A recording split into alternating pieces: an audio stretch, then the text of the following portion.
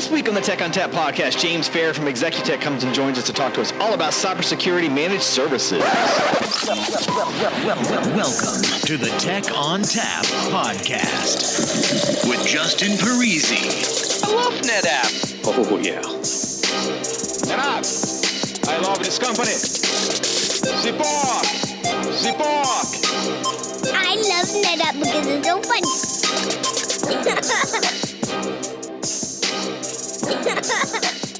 Hello and welcome to the Tech on Tap podcast. My name is Justin Parisi. I'm here in the basement of my house, and with me today on the phone we have James Fair from Executech. So James, what do you do at Executech, and how do I reach you? Hey, Justin, I appreciate the invite. Happy to be here. So I am a senior vice president at Executech, which means basically everything's my fault. I take care of the Utah region primarily, which is where we're out of. And I also have a hand in the internal doings and cybersecurity at our environment, just to make sure everyone stays safe and secure. You can reach us at executech.com/cast, C-A-S-T. I would set up a website just for podcasts like this. All right, excellent. So I would imagine that as senior vice president, where everything is your fault, you also get credit for everything, right? I try not to, really. It's a leadership belief of mine that I should give credit to everyone who was involved in it and not myself, and just take all the blame instead. That's actually pretty good.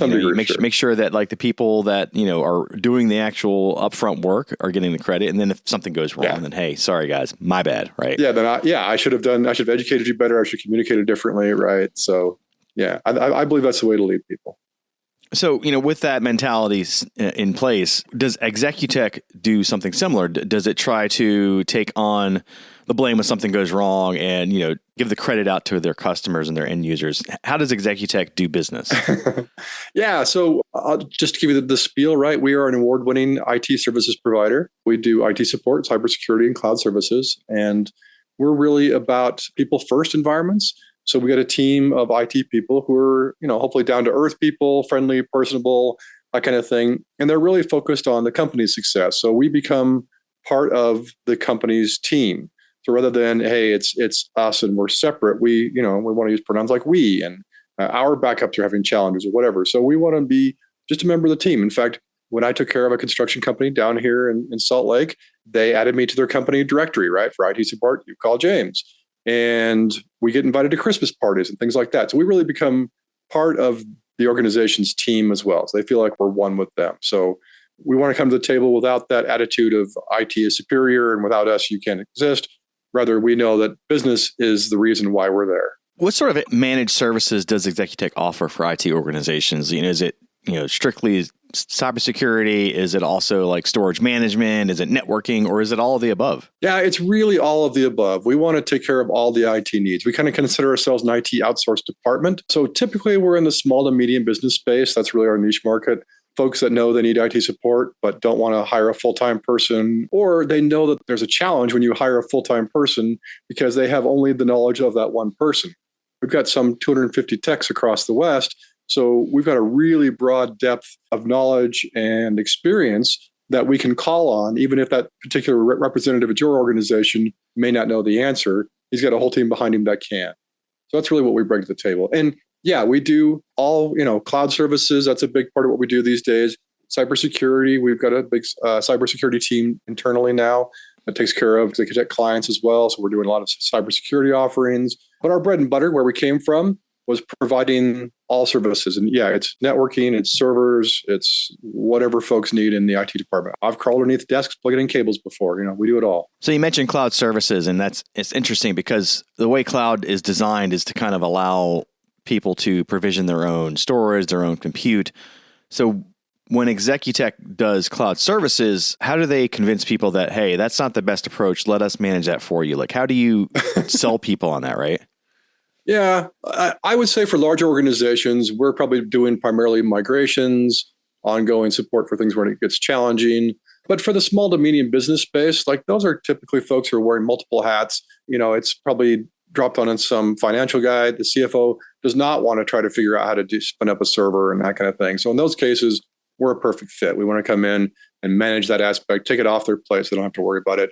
And it's run by people who are familiar with it, who do this day in, day out. But a lot of migrations these days, right? Not everyone, but a lot of organizations are moving from I don't know how to say retro, but a server room to a cloud-based environment for all the reasons that you cited. That's an important point there. The migration piece of that is going to be a challenge in and of itself. So what does Executech do to help those customers go from data centers to cloud?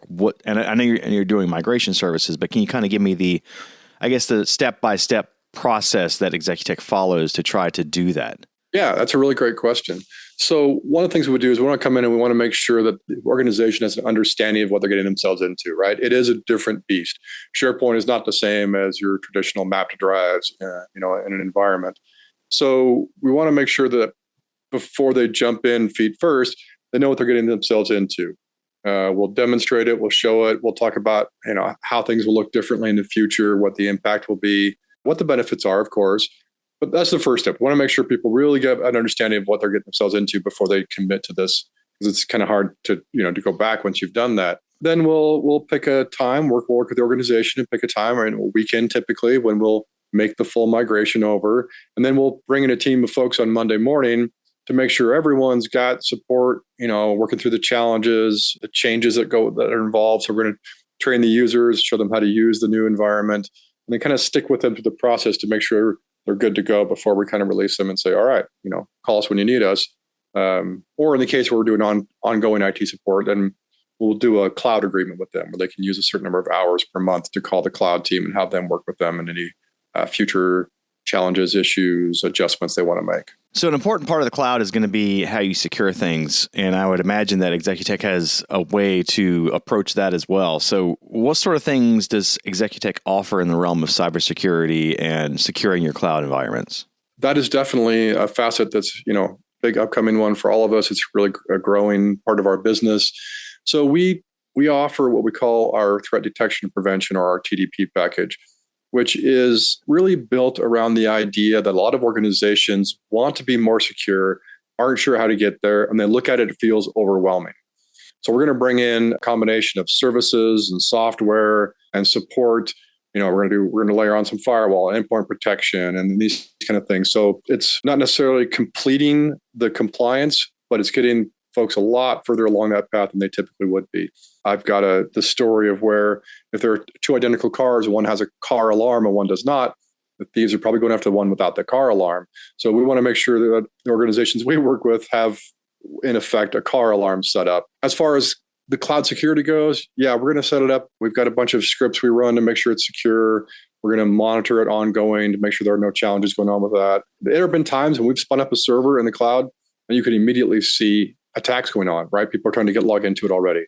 So we want to make sure that we'll do an external port scan, make sure all the ports are closed properly. And again, we're going to work with those folks on an ongoing basis to make sure that as they use that, they're doing it in a secure fashion. So I know that top of mind for a lot of these organizations is, ransomware, right? So making sure that you're protected as well as you can recover quickly from a ransomware attack. So what does Executech offer in that realm? Yeah, that is unfortunately another growing industry that I'm not a fan of. But one of the things we'll certainly do is want to create some backups, right? Want to make sure we're backing up the right stuff in the right times and that information is secure and protected. Because one of the things ransomware attackers do, as I'm sure you're aware, is they try to find backups so they can wipe them out so that you can't recover from those. There was a situation here, the University of Utah actually got hit by ransomware. And they did everything right. They had the proper backups. They did everything by the book and did it correctly.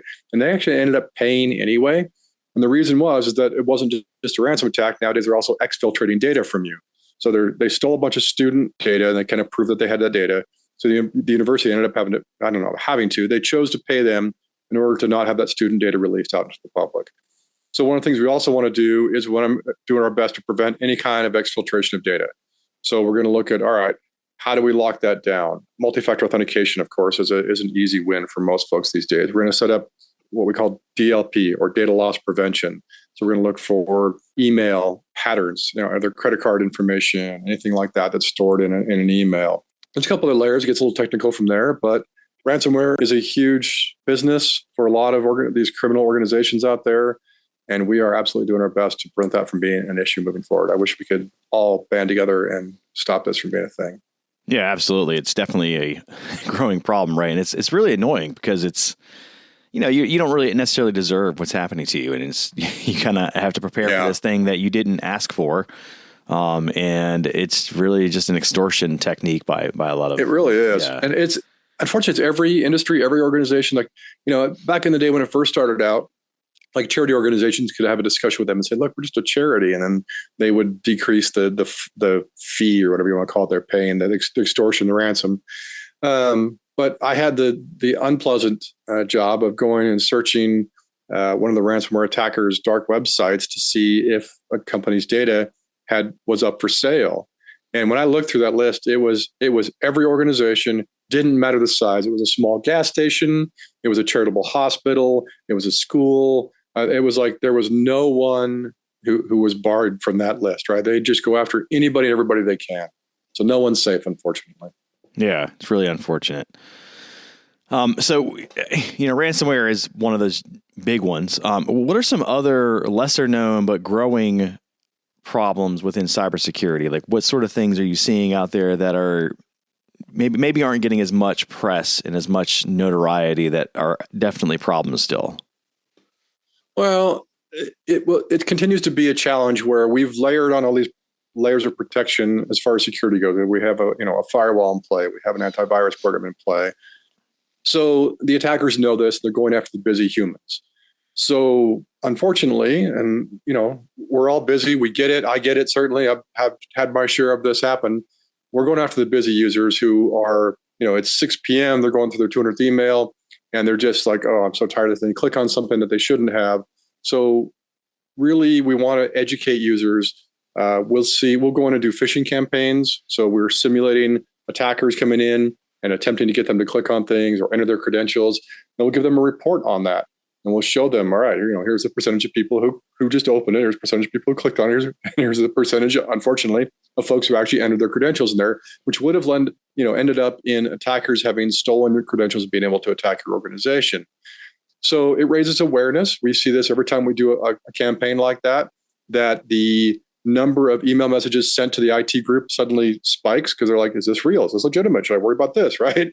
And then it tends to taper over time. So I do recommend doing those periodically. And then training the users, at least annually. I recommend having a group come in and train your users on how to be more safe and more secure, what to look for in email. So another thing we're seeing these days is called MFA bombing. So you may have multi-factor authentication set up where you go to log in and it either texts you or you have an authenticator you have to click on. Now they're doing bombing where they may have your login and password and they're trying to get you to just accept it on your phone, right? You get the prompt on your phone that says, click yes if this is you. And they'll just do it like send it 30, 40, 50 times. And unfortunately, some users are like, man, I don't know what is going on. Fine, yes, just to end it, right? To stop it from blowing them up. But that, in fact, just gave them access to their credentials. I used to trade in crypto. I don't anymore because I like sleep. But I woke up one morning, like 5:30 in the morning, and I had a wall of password attempt attacks on my phone, right? All these alerts from my Gmail account that I used for trading. And it was pretty scary. I'm like, wow, this phone was the only thing that keeping the attackers out.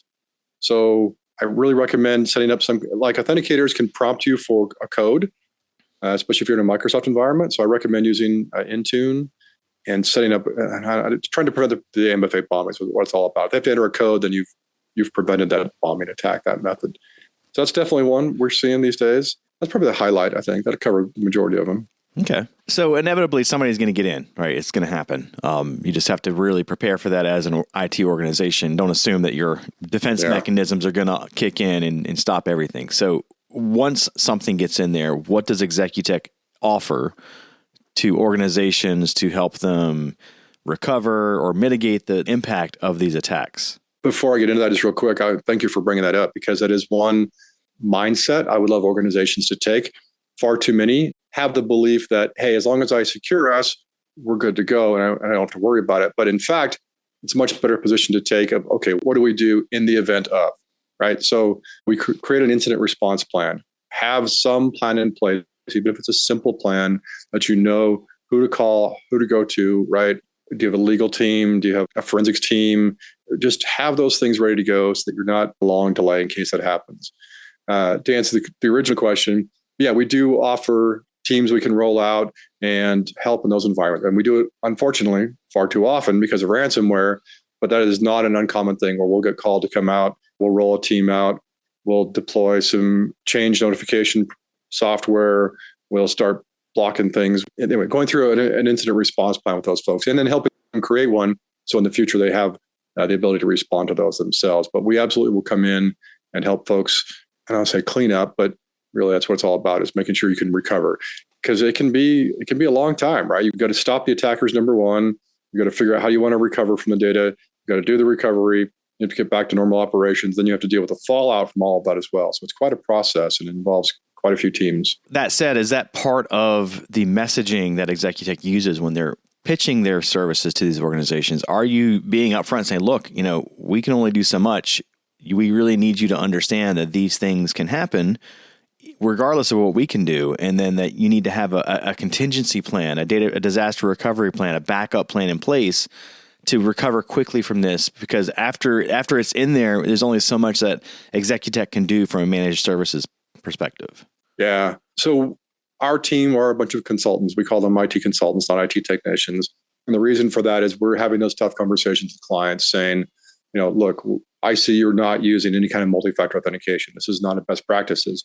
And certainly there are small organizations who are either not equipped or don't have the budget or just don't feel like it's really something they have to worry about.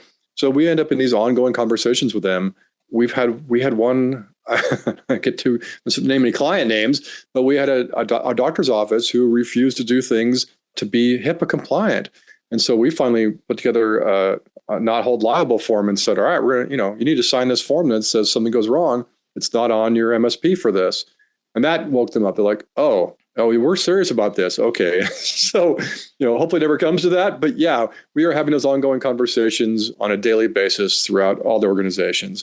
And like I teach a compliance class. So I'll teach the new onboarding IT consultants, how to have those tough conversations with folks and what to talk about. And a lot of the organizations look at that at security and go, there's too much, it costs too much, there's just too much involved, we can't do all this at once, there's no way. So what we do is we come in and we offer helping them build a roadmap. So yeah, you may be in an insecure place, we want to get you in a secure place. Let's not try to throw everything on at once. Let's create a roadmap that makes sense for the organization, for the budget, and put together a plan to move that way. Or, as I've mentioned before, we offer a package where we can come in and drop in most of that stuff and take care of that for them as well. So with the ransomware and the intrusion stuff, what sort of tools are you leveraging at Executech? Like, how are you handling intrusion detection? How are you handling ransomware detection? And how are you handling the recovery? Like, what are you recommending to these customers? Number one, we're putting in a firewall, right? The next generation firewall, deep packet inspection, they call it, where it's digging through every packet, looking through them, making sure there's nothing malicious inside of there. Coupled with that, we're doing endpoint protection with what we recommend is an MTR solution or a managed threat response. So we're actually working with an endpoint provider, a security provider who also has a team monitoring the environment at all times. So we're kind of double covering whatever we can with these organizations. We'll drop in a change management software. So we're looking for events such as a user suddenly became an administrator when they shouldn't have, or a user logged in at 2 a.m., which is unusual for them. So we're looking for unusual behaviors. We also want to drop in some anti-ransomware software. So unlike the traditional antivirus software where someone gets hit by a virus and then everybody else gets the signature to prevent that from happening, anti-ransomware is moving also to, and I hope more security tools do this in the near future, moving to a more behavioral-based model where it's looking to see, some files got encrypted. Well, that's not unusual. Some people do that, right? That can be a user thing. But now we're at 50 files or 100 files. Okay, I'm going to stop that process. I don't know what it is, and I can't clean it up. The software can't, but it will alert us and say, hey, there's something suspicious going on here. We see a bunch of files getting encrypted. So we've stopped the process. So it tends to work with any variant of ransomware as well, because now it's not reliant on a signature. It's looking at behavior. So we're looking at a lot of behavioral-based model wherever we can to help secure the environment. So with this behavioral piece, is it simply user behavior, or is it data anomalies? Like, we see a bunch of changes to a bunch of files, and that's kind of a clue that we have something going on there. Yeah, that's exactly what it is. It's looking for processes that are doing things out of the ordinary. Why are there suddenly a whole bunch of files changes? Why is this big export happening? Why are a whole bunch of files being encrypted all at once? Those are triggers that will, and maybe sometimes it's a false alert. There's no doubt it happens, but it's pretty rare, fortunately. I'd rather err on the side of caution in this case because ransomware is just too prevalent. I don't know if you're familiar with what NetApp offers, but we do have similar functionality within the ONTAP software where it's detection of these anomalies. And then what we do in addition to that is, send out a notification saying, hey, there's something going on to our admins. And then we take an immediate snapshot, right? So that we have a point in time before everything gets kind of foobarred, right? So I like it. Yeah. So it's all automatic. So does Executech have similar mentality? Is there like a snapshot that kicks off when this stuff happens? Or is it, are you simply just advising customers to, hey, monitor this and do something once it happens? We're a little different from a traditional MSP. We aren't hosting client data. So we're setting up environments for each client separately. So it kind of depends on the client. Some are large, some are small, some may have cloud environments, some may not. So I'd like to explore this a little more, if you don't mind. If you could tell me, I know that NetApp does some cloud-based stuff as well. So what is tell me about that space if you wouldn't mind. Right. So, there's the automatic ransomware detection, which I talked about, which is, detecting anomalies, triggering events, telling your admins, hey, there's something weird going on. We'll take a snapshot so that you have a way to recover quickly. And these snapshots in ONTAP, they take instantly. Once you want to restore from them, you can either restore files directly out of them if you want, or you can restore the entire volume if you choose, right? So you can basically blow everything away. So if something gets entirely encrypted by ransomware, you're not sitting there panicking because you're like, oh, I'll just revert back to this snapshot. Maybe I'll lose 30 minutes of data, but that's better than paying $2 million to this ransomware. Yeah, right? For sure. Right. So and that's one aspect of it, right? And then you have the compliance aspect of it. We can replicate to a DR site. So you have an offsite backup, which is always part of that disaster recovery backup plan, right? You don't want to keep everything on site. And it's an exact replica of your volumes. And then we have something called SnapLock, which is, hey, these snapshots, not only can you not touch the data inside of them, it's read-only, but the snapshots themselves are locked. And we have a clock that's set on those where, you can't touch them for 5 years or 7 years, whatever you set that to, cool. Right? So that's part of that HIPAA compliance. That's part of the other compliances that you see out there. So, it's really about taking the onus off of the admins and putting it on the software, making the software do the work so that the admins can focus on other things like the actual ransomware intrusion. How do we fix those holes? I like it. Immutable backups are something that I've been exploring recently to see, all right, how can we create those? I don't have a great solution at the moment, but this may be one. Thank you for sharing that. Yeah, absolutely. So that said, tell me about, in a dream world, right? Let's say money's no object. We can do whatever we want.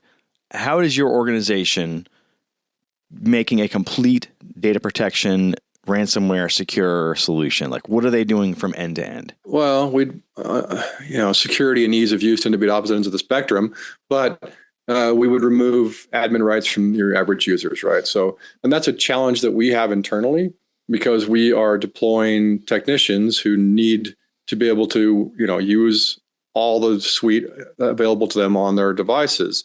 So, and we are using tools that are often used in ransomware environments. So we get alerts, right? Someone's using a rootkit scanner.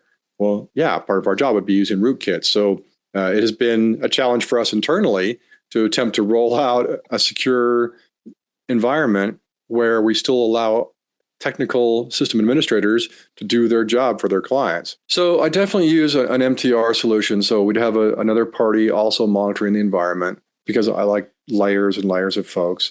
So we would have immutable backups that run preferably real time, right? So there's this backup going all the time that as you said, can't touch for a certain amount of time. It's not deletable. But I still like the change detection, the anti-ransom software. We would lock down all ports on a firewall if unnecessary. And figure out some way that if we detect any of these, it triggers a red alert goes off. Someone hits that big red button on the side of the server room and all the backups stop, or it takes a sudden snapshot because we do not want to overwrite the data that we have already out there. Sounds like you're talking about ONTAP. I'm just saying. I think so. Yeah, there are definitely some large organizations we work with where that would really make me be able to sleep better at night. That's for sure, knowing that we had that in play.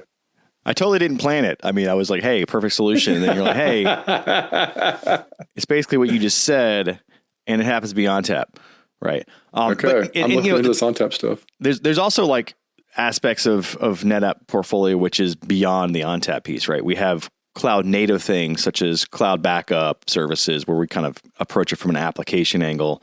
NetApp Astra, where we kind of handle the Kubernetes data protection side of it as well. So there's a lot there that people may or may not know about that fit into this overall data protection security mentality. And really, it's just about getting the word out. So NetApp started as a storage provider, yeah? Right? That was the original? Yeah, well, originally, way back, 30 years ago or so, I've been in the business a long time. it was called a filer, right? It was our toaster, right? So simple, do one thing, serve NFS data, right?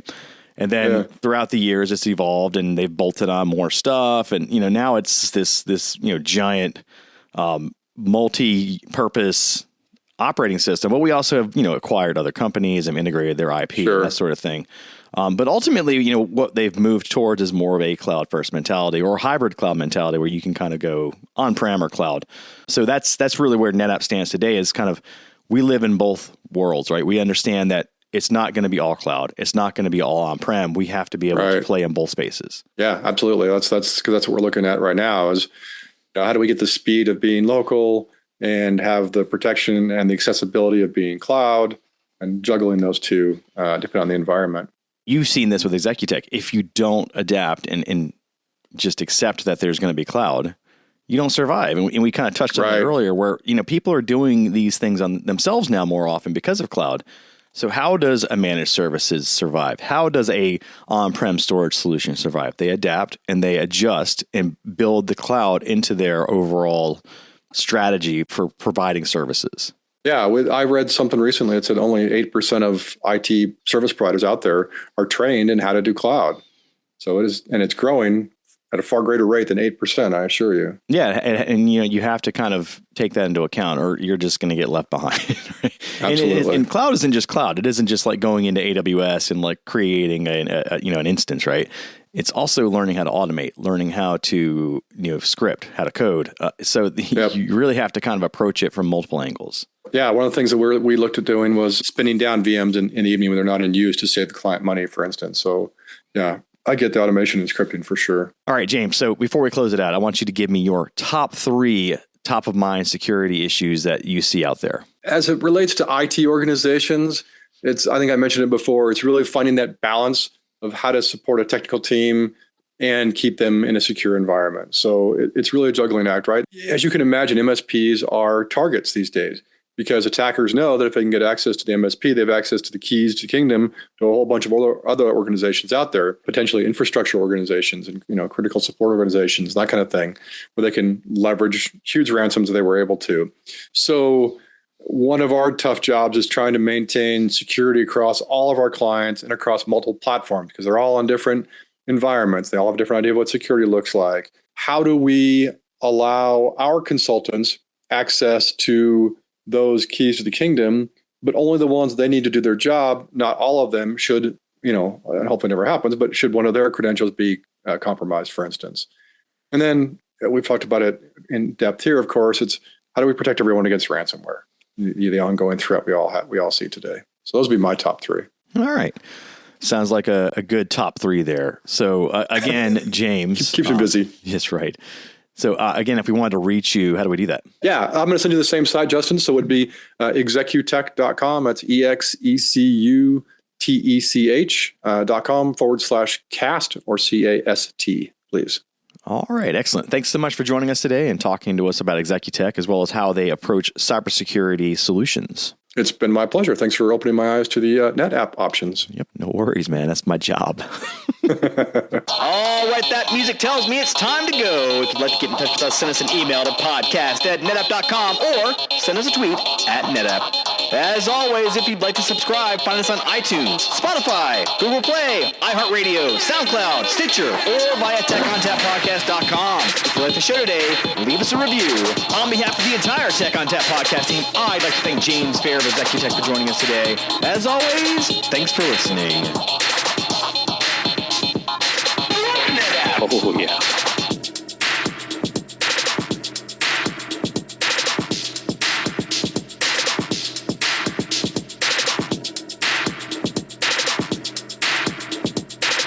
Is it just me that's getting off on this? Oh, yeah.